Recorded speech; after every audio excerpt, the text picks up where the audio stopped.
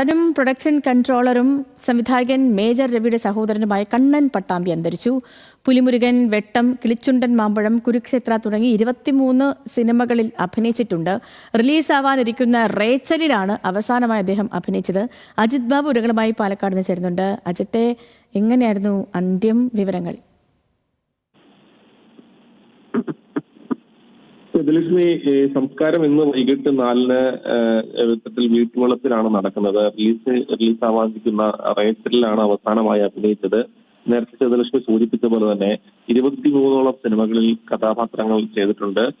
കിളിച്ചുണ്ടൻ മാമ്പഴം, mission 19 days, Kurukshetra തുടങ്ങിയ സിനിമകളിലൊക്കെ അഭിനയിച്ചിട്ടുണ്ട്. മേജർ രവിയുടെ സഹോദരനാണ്. അത്തരത്തിൽ ഈ ആരോഗ്യപരമായ പ്രശ്നങ്ങളൊക്കെ ഉണ്ടായിരുന്നു. നടനും പ്രൊഡക്ഷൻ കൺട്രോളറും ഉൾപ്പെടെയുള്ള നിലകളിൽ പ്രവർത്തിച്ചിട്ടുണ്ട്. ഏതാണെങ്കിലും സങ്കടകരമായ വാർത്തയാണ്. സിനിമാ ലോകത്തിന് നഷ്ടമാണ്. ശരി, അജിത്താണ് പാലക്കാട് വിവരങ്ങൾ നൽകിയത്.